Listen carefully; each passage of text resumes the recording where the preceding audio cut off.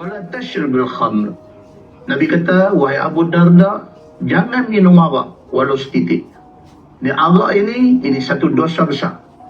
Jangan pernah sekali kamu biang arak masuk dalam darah kamu, dalam tubuh badan kamu. Jangan minum arak. Wa innaha miftahu kulli syarr.